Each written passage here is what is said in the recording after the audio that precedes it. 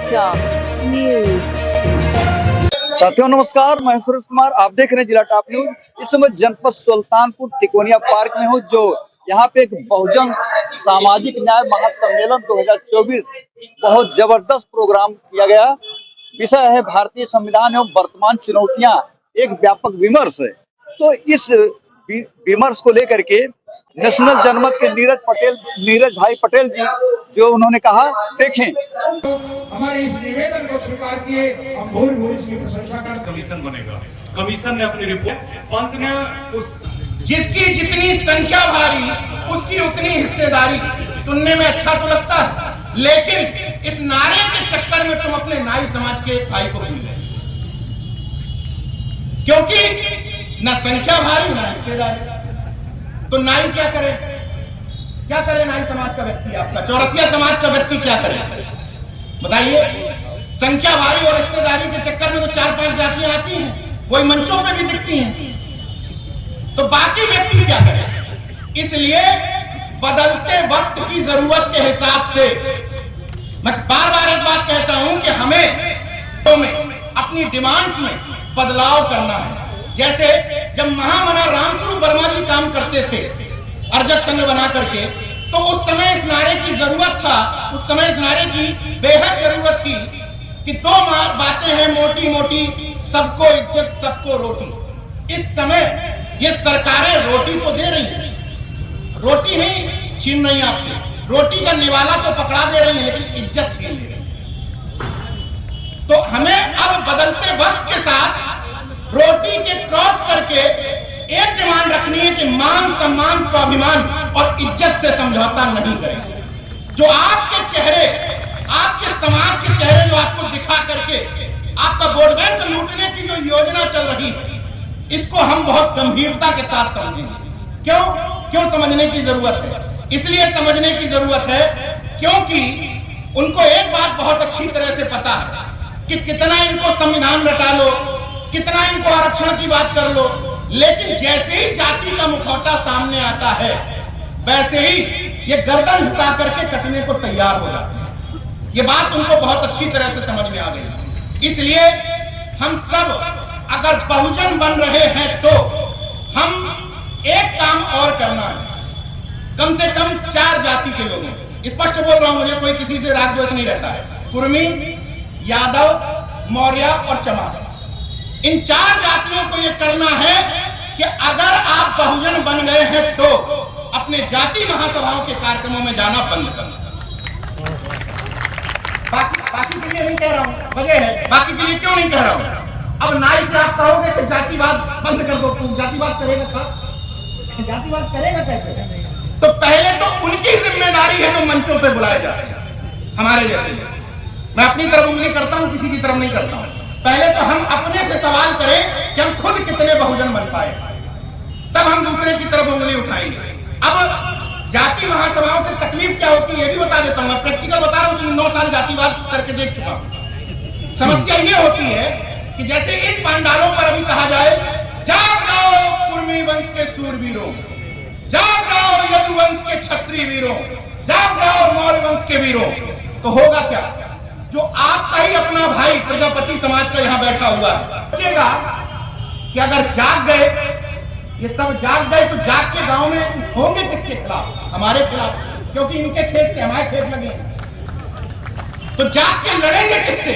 हमसे लड़ेंगे, तो इनको नहीं जीतने देना है। तो तुम्हारे जाग जाओ के चक्कर में तुम्हारा भाई तुम्हारा दुश्मन बन गया, वो जाग गए इनके खिलाफ तुम्हारी लड़ाई। तुम्हारा अपना भाई नहीं जागा, उनको जगा दिया तुमने जाग जाओ के चक्कर में।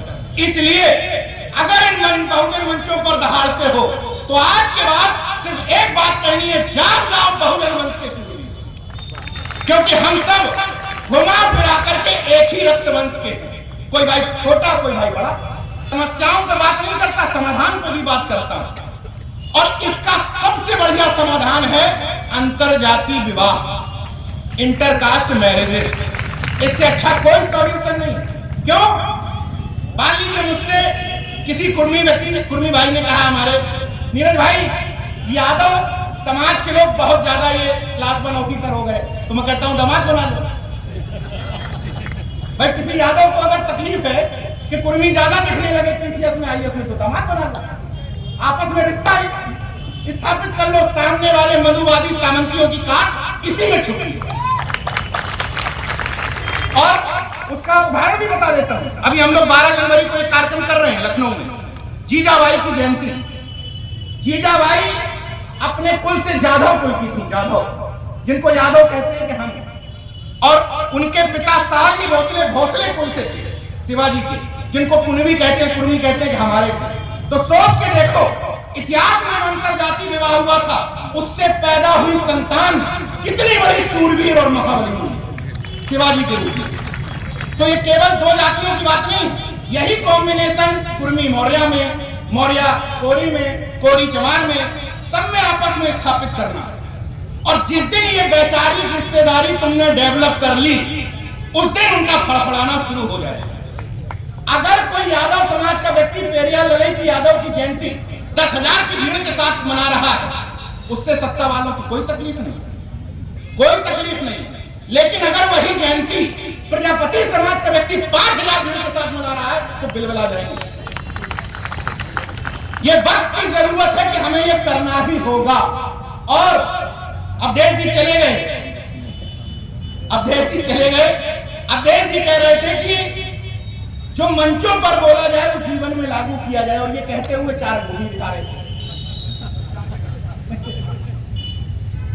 तो इसलिए मैं कहता हूं कि अगर पाखंड और अंधविश्वास के विरोध में हो तो शरीर से 3 निशानियां गायब कर दो, 1 2 3।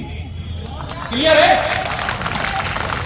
इसको बताने की जरूरत नहीं है, क्योंकि जब तुम किसी सार्वजनिक जगह पर बैठे होते हो तो वह ऐसे सांस में से देखते हैं झांकते हुए कि इनमें से कौन कौन गुलाम बैठा है। तो आपको इन गुलामी की बेड़ियों को, निशानियों को एकदम कट कर देना है। सहमत है ना इस बात से? क्योंकि वो अगर किसी भी तरीके से अलग दिखते हैं तो हमारी जिम्मेदारी है कि हम कम से कम अलग दिखना तो शुरू करें। अब भाइयों से एक अनुरोध, क्योंकि युवा भाई मेरे बहुत सारे हैं इधर और मेरा परिचय पत्रकार के तौर पर करवाया गया है, तो युवा भाइयों से विशेष तौर पर अनुरोध कि हम लोगों का भाषण सुन करके एकदम गर्मजोशी से जो मिलेगा उसको एकदम आपको होश से काम लेना है। आपको ये क्या कहने की जरूरत है सोशल मीडिया पर कि हमारी ज्ञान की देवी सरस्वती नहीं है? जरूरत ही नहीं है। आपको केवल ये बताना है कि हमारी ज्ञान की देवी सावित्रीबाई फुले कौन सी धारा में अपराध है। अगर आप लिखोगे सोशल मीडिया पर कि जातिवाद बंद करना चाहिए, कौन सी धारा में अपराध है? अगर आप कहोगे कि ओबीसी के लिए भी हमें विधानसभा और लोकसभा में रिप्रेजेंटेशन और आरक्षण चाहिए, कौन सी विधानसभा में अपराध है? आप कहोगे लेटर एंट्री नहीं चाहिए, कौन सी धारा में अपराध है? इतने मुद्दे आपके पास लिखने को हैं। भाई इन सब चीजों के लिए हम लोगों को छोड़ दो ना।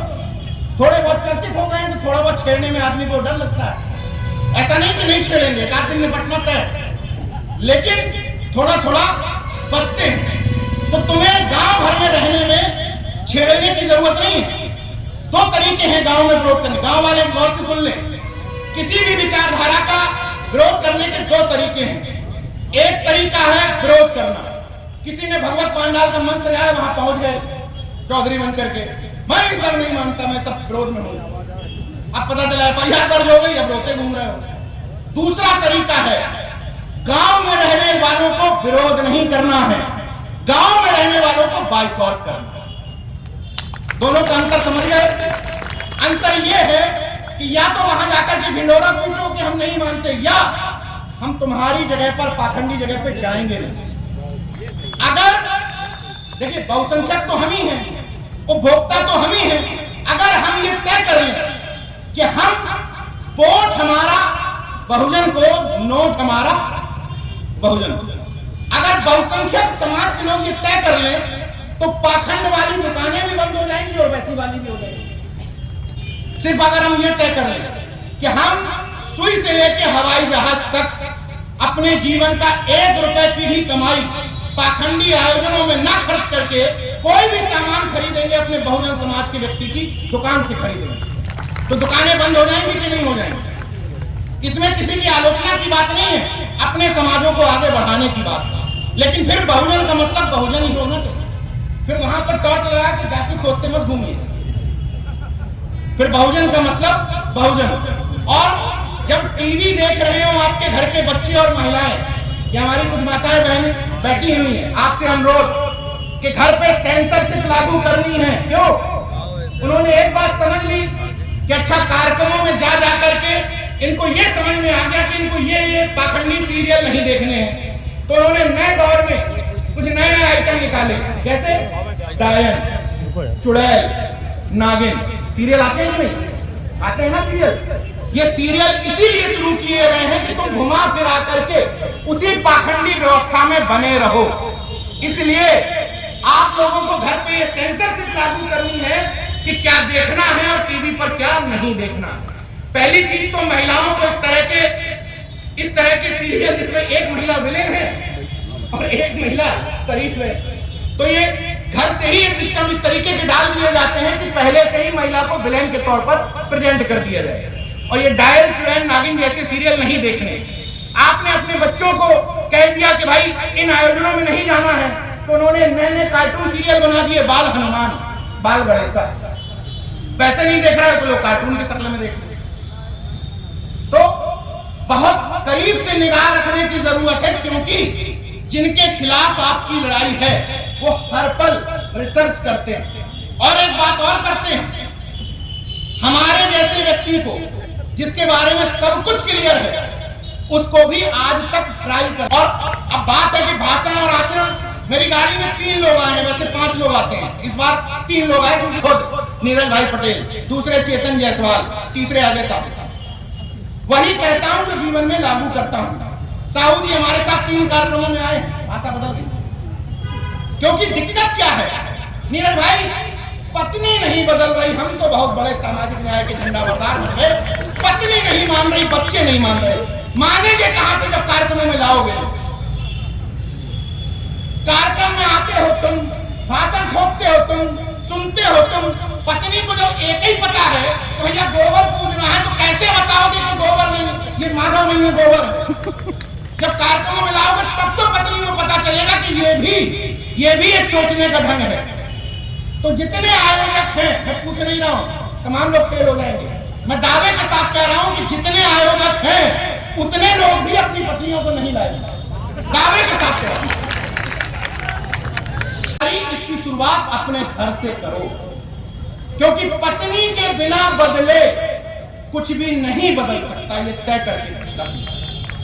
अगर किसी गाय को समझाना है, सीधा सीधा कॉन्सेप्ट है, अगर किसी बच्चे को पकड़ लो, बछड़े को अपने पास ले आओ, पीछे पीछे गाय आएगी और पीछे पीछे काट दिया।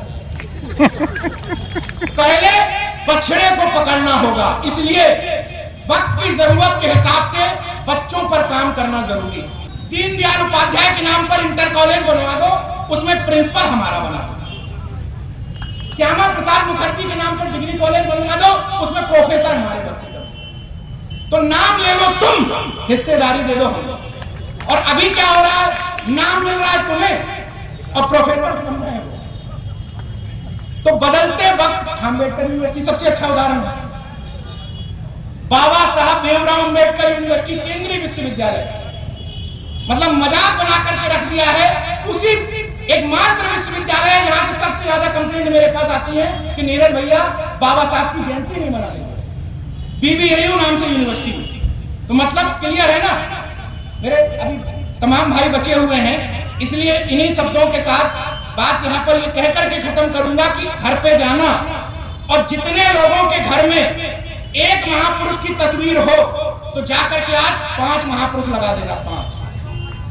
क्योंकि तुम्हारे घर में घुसने के बाद अगर कोई व्यक्ति महापुरुष की तस्वीर से तुम्हारी जाति पहचान लेता है तो माफ करिएगा, तुम बहुजन नहीं,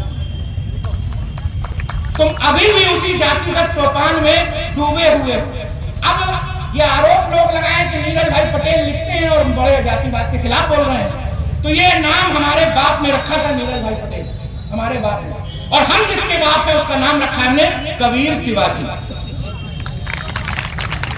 जब मैं डिसीजन मेकर हुआ तो मैंने ये तय कर दिया कि मेरे बेटे की शादी जाति में नहीं ही होगी, मेरे बेटे के नाम में जाति नहीं ही होगी। मैं एक और झटपन करने जा रहा था, लेकिन मैंने कहा कि बेटे के साथ अन्याय होगा। मैं चाह रहा था कि उसका सर्टिफिकेट बनवा दूं नो कास्ट नो रिलीजन का, लेकिन इससे उसको रिजर्वेशन नहीं मिलेगा। मैं उसको वंचित क्यों करूं अपने झटपन? उसको बड़ा हो जाने दो, वो तय करेगा कि उसको क्या करना है नहीं करना। वैसे ही एक और डिमांड हमारी सरकार से है कि जैसे वोट डालने की तुमने उम्र तय कर रखी है कि इतने उम्र के हो जाओगे तब तुम वोट डालोगे, वैसे ही सरकारों से एक अनुरोध है कि अगर तुम संविधान को सही रूप से लागू करवाना चाहते हो, जन्म के आधारित किसी व्यक्ति को धर्म मत पकड़ाओ। जब वो बालिग हो जाएगा उसको 21 साल तक कुरान, बाइबल, गीता सब कुछ पढ़ाओ। जब वो बालिग हो जाएगा उसको तय करने दो किस धर्म में जाना चाहता है या नहीं जाना चाहता। क्योंकि जैसे संविधान किसी धर्म को मानने वाले को इजाजत देता है, वैसे ही संविधान हमारे जैसे अनीसवादी को इजाजत देता है। हमें धर्म नहीं मानना, हम नहीं मानेंगे। और अंतिम शब्दों के साथ बात खत्म कर दूंगा इस मंच की तरफ से कि अभी तो परिंदे शुमार करना है, फिर हम अम्बेडकरवादी मंडलवादी बताएंगे कि किस किस पे वार करना है। अभी तो परिंदे शुमार करना है, फिर ये बहुजन मंच बताएगा कि किस किस पे वार करना है। बड़ा गुरूर है सत्ताधारियों तुझे, मगर हम अम्बेडकरवादियों, मंडलवादियों, अर्जकवादियों को जिद है कि दरिया को पार करना। नमो बुद्धाय, जय भीम, जय मंडल, जय अर्जक, इनकलाब जिंदाबाद। धन्यवाद।